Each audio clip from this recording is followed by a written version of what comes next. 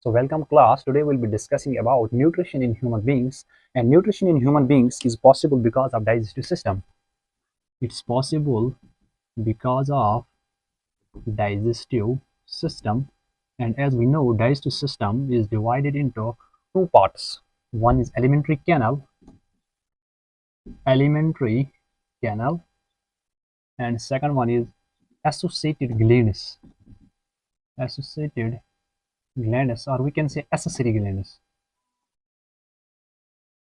Accessory glands. Now these two types, this digestive system is divided in these two types. Now alimentary canal is a long hollow tube. It is a long hollow tube which contains organs through which food passes. It is a long hollow tube.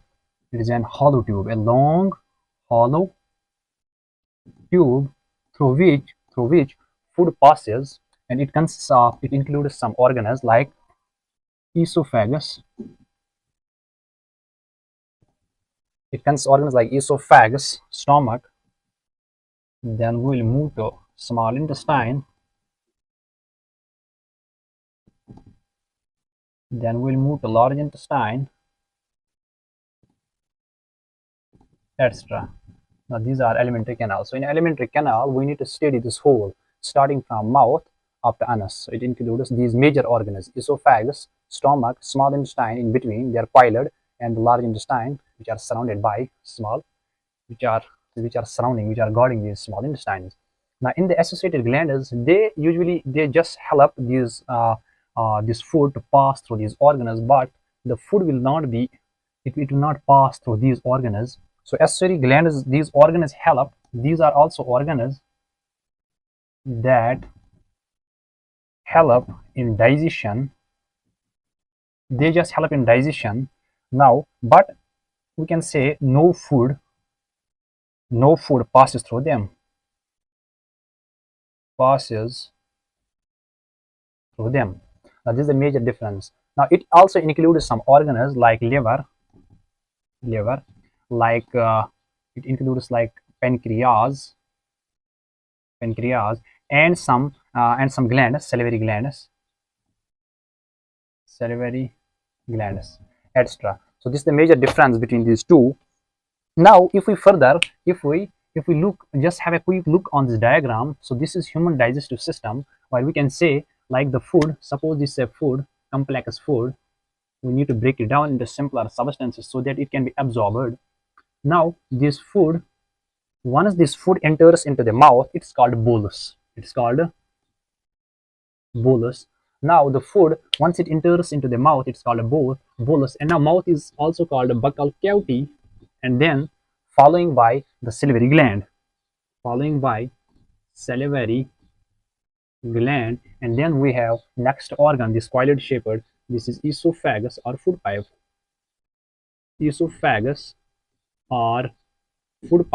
And then here is our next organ, stomach.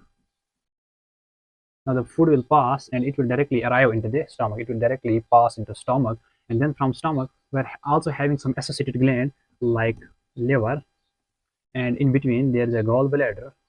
Liver, it produces bile, and gallbladder, it stores that bile. Simply, secretion of bile occurs in liver, and it is stored in gallbladder. Now we have this large intestine. This is our small intestine, this one, and this is the ileum part. Actually, small intestine, it is divided into three. It has three fragments. It is made of three components or fragments. We can say first one is duodenum, that's here right below this pancreas or the stomach, and then duodenum, then jejunum, and then ileum. Ileum is the longest section of the small intestine, and this part is ileum, ileum. This is ileum, this one, duodenum, jejunum, and ileum. Now this large intestine is also it's also having subsections like cecum, colon, rectum, and anal canal. These are four fragments of this large intestine, and this large intestine it terminates, it concludes its part from at the anus point. Now before anus there is also an organ. It is a broad organ. It's a broad section. We can say it's rectum. It's called rectum. So it is a broad structure. broad structure. Now we need to study these both simultaneously. So we will first start from alimentary canal and then we'll add sometimes, or when we need the addition of these associated glands, we'll add them. Suppose in the stomach there is use of some bile or some other things, so we can see how we can associate these organs along with this. Therefore they are also called associated organs. Now we'll start from mouth. Digestive system, it will be started from mouth. As you know, the digestive system in mouth, it's called the food in mouth is called bolus. Now first organ is mouth. It's also called buccal cavity. Now this is the first organ. Now here the digestion actually starts from mouth. Usually we have heard that it starts from stomach. No, it directly starts from mouth. Some starch is being digested inside mouth. So in mouth the food is called bolus. In mouth the food is called bolus, bolus. Now in the mouth the food is first ingested. Food is first ingested, ingested. Ingested means it is first taken in, then it is chewed, and masticated, and then tongue the role of tongue is like it masticates, it rolls the food, and there is addition of saliva. It makes food wet or smooth passage of this food into this through the esophagus up to the stomach. So it's and second function of the saliva is it has an enzyme. That's a chemical species, and this enzyme is a catalyst. Usually we can say it's a catalyst, biological catalyst. It's a biological catalyst. Its function is usually here the enzyme is called salivary amylase. Now, or it's also called tyalin, P-T-Y-A-L-I-N. So this salivary amylase or tyalin, its role is that it breaks down sugar, that is starch. So it breaks down starch into maltose. So starch is usually complex substance. Like suppose this is the example of starch. Suppose this and starch. It is very complex. Now the starch is very complex. That means we need to break it down. Into maltose. So maltose will be like these simpler substances. Simple, small fragments. So the first function is done. That means it's done with the help of this salivary amylase, or usually it's called tyalin. T will be silent and tyalin. Now coming to our next part, that is esophagus or food pipe. Now in the food pipe, so this is all about mouth, buccal cavity. So if you want to take screenshot, you can. Now we will move towards our next part, that is esophagus. Now the food from this mouth, that is now food is called a bolus. Now it will be pushed downwards into esophagus. As we know, esophagus is also a food pipe. Now food pipe is also called esophagus. Now this food will be pushed downwards. Now it will be pushed downwards. Now due to some rhythmic contraction and extraction. Now there will be some contraction and the dilation. So that is called peristalsis. Peristalsis or peristaltic movements or peristaltic momentous. Due to peristaltic momentous, this food will be pushed downwards. Food will be pushed downwards into stomach. Simply. Now we need to study third part, that is stomach. Now this is figure of this here. Now as we know, stomach is a J-shaped organ. Now this is stomach. Now food is here in the stomach. Now we'll see the functioning of our stomach. Now this part is this is our food, complex food. This complex food is in the esophagus or food pipe. Now it has reached into stomach. Now we'll study stomach. Now in the stomach, the food is called chyme. In the stomach, third organ is stomach. In the stomach, the food is called chyme. CHYME, chyme. Now stomach is a J-shaped organ and it is the widest portion of alimentary canal. It is a J-shaped organ and it is the widest portion of our alimentary canal.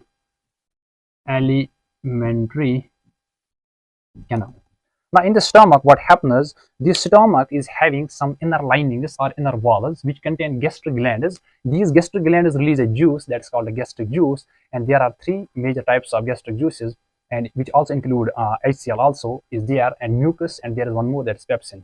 So we'll also see the function, because on your book, it's I think page number 192, you can see that there are four questions asked in that page, NCERT questions. So in that page you can see the four questions. There is one question, question number 3 is there, and it says that what is the use of HCl. So what is the use of these gastric glands, gastric enzymes, to be precise. So we'll study this also. Now in the stomach, what happens, this chyme, we can use the word now chyme for food. This chyme, now it will be broken down. Now we need to digest this chyme, means we need to digest, we need to abstract its nutrients from this chyme. There are 5 types of nutrients usually: protein, carbohydrate, vitamin, fats, and minerals. Usually fats, carbohydrate, and protein, they need to be broken down. Now if we make a structure of this,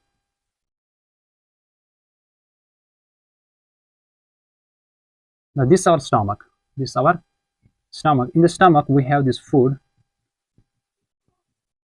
called chyme. Now this food, the stomach has some inner walls. Now these inner walls contain, they have gastric glands,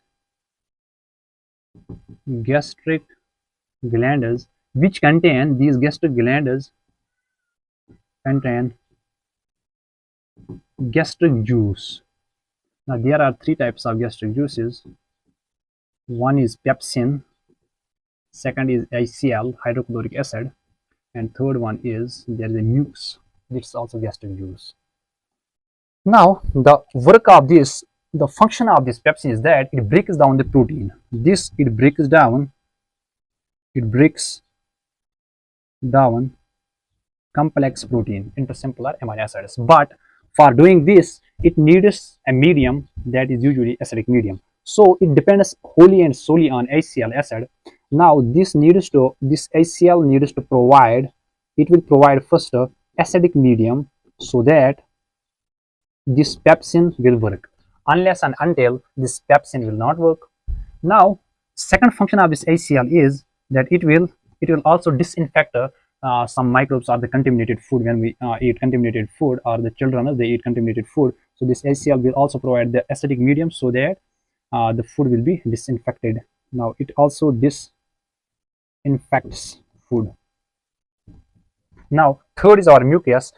It protects the inner lining, because as we know, HCl, hydrochloric acid, from the chemistry perspective, it's very strong acid. It can even burn, it can create burns on the skin. So what about our stomach? It can also create burns. So for protecting that, Almighty Allah has given us this mucus. It is the inner lining of this, and in the inner lining it protects us, our stomach, from HCl burns, acid burns. So this means this mucus, it protects us, our stomach. Now this protects our stomach from this acid activity.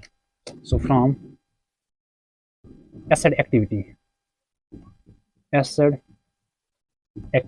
So these are 3 types of this.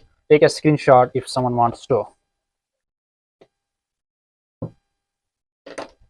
Now there is a concept of acidity, because sometimes when there is excess secretion of HCl, we will feel that soreness in the stomach, or that's called usually acidity. Now what is the cause of this acidity? The cause is that it is usually caused by unusual food habits, or when we eat food in excess.